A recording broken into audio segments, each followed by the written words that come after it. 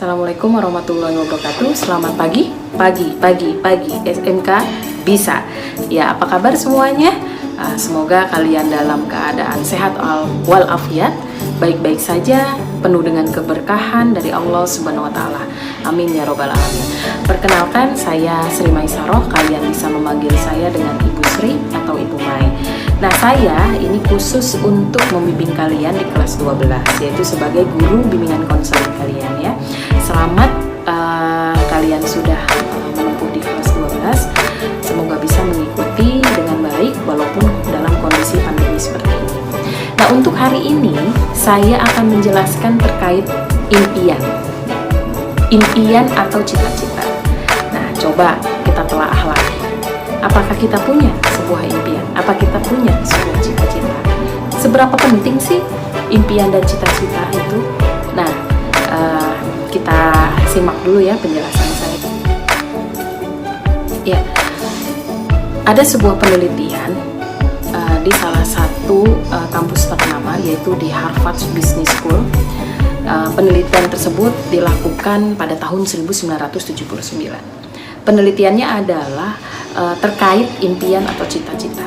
Apakah Anda memiliki tujuan yang jelas dan menuliskannya dengan detail seperti itu? Nah, penelitian tersebut membutuhkan 100 orang. Jadi 100 orang pada saat itu dikumpulkan, 100 orang dikumpulkan lalu ditanyakan, apakah Anda memiliki tujuan atau impian atau cita-cita yang jelas dan menuliskannya? Nah, ternyata dari 100 orang itu hanya 84% itu tidak memiliki impian yang jelas dan tidak pula menuliskannya. 13%-nya itu adalah mereka yang memiliki impian atau tujuan yang jelas, namun mereka tidak menuliskannya. Nah, sisanya berapa? Berarti sisanya adalah 3%. Hanya 3% yang memiliki impian atau tujuan atau cita-cita yang jelas dan menuliskannya. Nah, dari hasil tersebut itu disimpan dulu, dan karena sebuah impian itu adalah penelitian yang jangka panjang, dia tidak pendek ya, sehingga membutuhkan waktu yang memang cukup lama. 10 tahun kemudian 100 orang tersebut itu dikumpulkan kembali, dan ternyata orang-orang yang 13% yang memiliki impian yang jelas atau tujuan yang jelas namun tidak menuliskannya, itu memiliki penghasilan atau salary itu 2 kali lipat dari orang-orang yang 84%. Nah, sedangkan yang luar biasanya adalah orang-orang yang 3% itu, 3% berarti orang-orang yang memiliki impian yang jelas dan dia menuliskannya, itu mendapatkan penghasilan 10 kali lipat dari yang lainnya. Nah, kalau seperti ini, menurut kalian bagaimana? Ya, apa kesimpulannya? Kalian mau yang memiliki gaji 2 kali lipat dari orang lainnya atau 10 kali lipat? Nah, kesimpulannya adalah ya, tepat sekali. Kalau kalian menginginkan memiliki gaji 10 tahun ke depan adalah 10 kali lipat dari yang lainnya, berarti kalian mulai saat ini harus memiliki impian atau cita-cita dan menuliskannya. Kenapa sih impian atau cita-cita harus ditulis? Kan gitu pertanyaannya. Oh, saya punya Bu impian. Saya punya impian. Ya, cukup di otak saya saja, di kepala saya saja. Yang pasti saya tahu cita-cita saya apa, tujuan saya. Nah, kenapa menuliskan itu penting? Karena salah satu sifat manusia adalah ya, pelupa. Jadi salah satu sifat manusia adalah pelupa. Nah, fungsinya menuliskan itu adalah untuk mengingatkan kita bahwa kita memiliki tujuan, memiliki keinginan-keinginan, impian yang memang belum tercapai.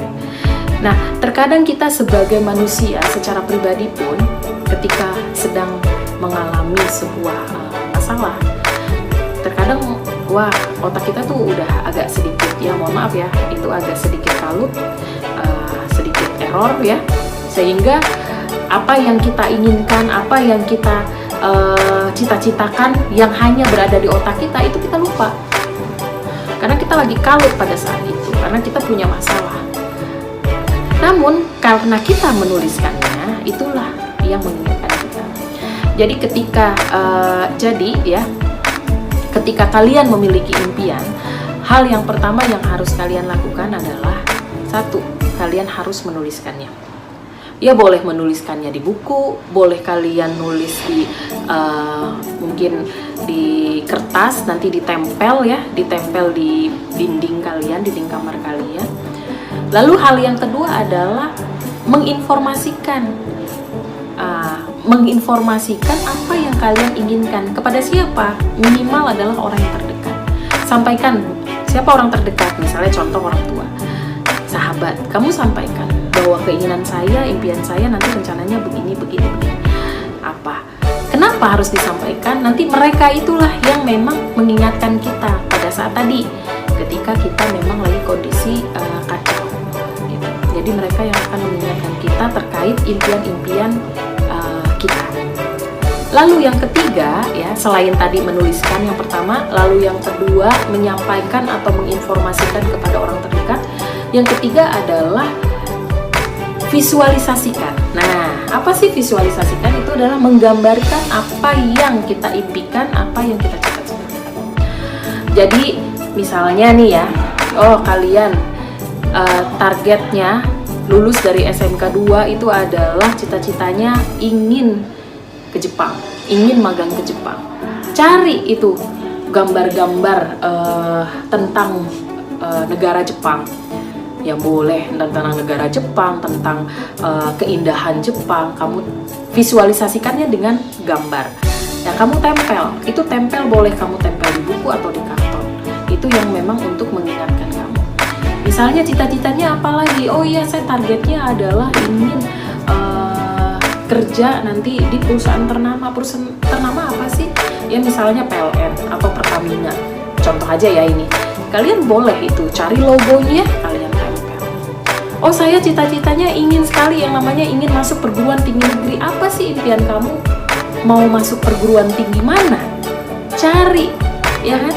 Cari itu logo kampusnya, kamu tempel. Itu visualisasikan. Itu cara memvisualisasikan.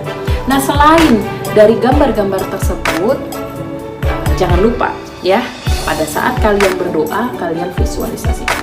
Jadi doa pada saat, ya Allah berikanlah yang terbaik buat saya.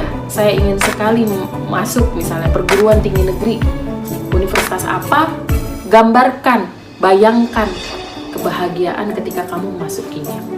Ya, misalnya cita-cita kamu mau jadi wirausaha, ya sekarang sudah mulai terpikir nih, wirausaha apa ya kira-kira. Nah, coba mulai desain-desain rencana nanti terkait logo perusahaannya, ya kan, produknya dan sebagainya. Jadi tadi ya, hal yang pertama yang harus dilakukan adalah untuk membangkitkan semangat kita dalam sehari-hari, apalagi kondisi pandemi seperti ini. Kamu ingin tetap yang namanya bisa sukses nantinya, ingat, apa yang kamu inginkan itulah yang akan membuat effort atau dorongan kamu untuk berupaya mencapainya. Apa sih yang membuat kita semangat? Itu adalah apa yang kita inginkan. Ketika kita punya impian, maka kita akan semangat mendapatkannya.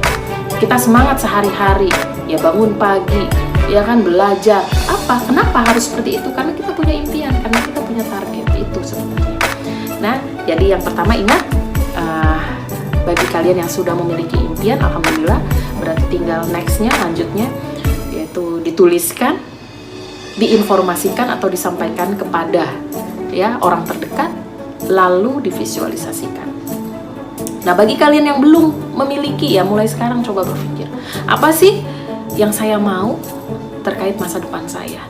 10 tahun ke depan saya mau jadi apa? 10 tahun ke depan saya mau bagaimana gitu ya. Sekarang apa yang harus kalian lakukan?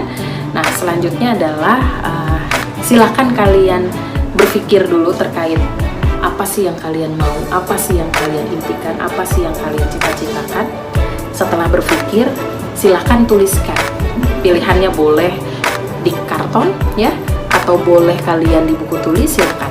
Kalau di karton berarti nanti grand design impian kamu ya sampai jangka panjang, targetnya 10 tahun ke depan mau apa, mau bagaimana, itu silahkan kamu gambarkan. Jadi ada gambar-gambarnya, ada visualisasinya di karton tersebut, lalu ditempel. Nah nanti setelah ditempel silahkan difoto, nanti kirimkan melalui Google Classroom ya. Lalu Bu, saya tidak mau di karton, itu boleh. Silakan kamu misalnya punya buku khusus ya, buku khusus silakan dituliskan di buku tersebut, tapi ingat tetap juga harus ada gambarnya karena gambar itu sebagai visualisasi kalian. Ya, saya berikan waktu selama 1 minggu ini untuk mengerjakannya. Silahkan kalian kerjakan dan dikumpulkan di Google Classroom. Terima kasih. Assalamualaikum warahmatullahi wabarakatuh.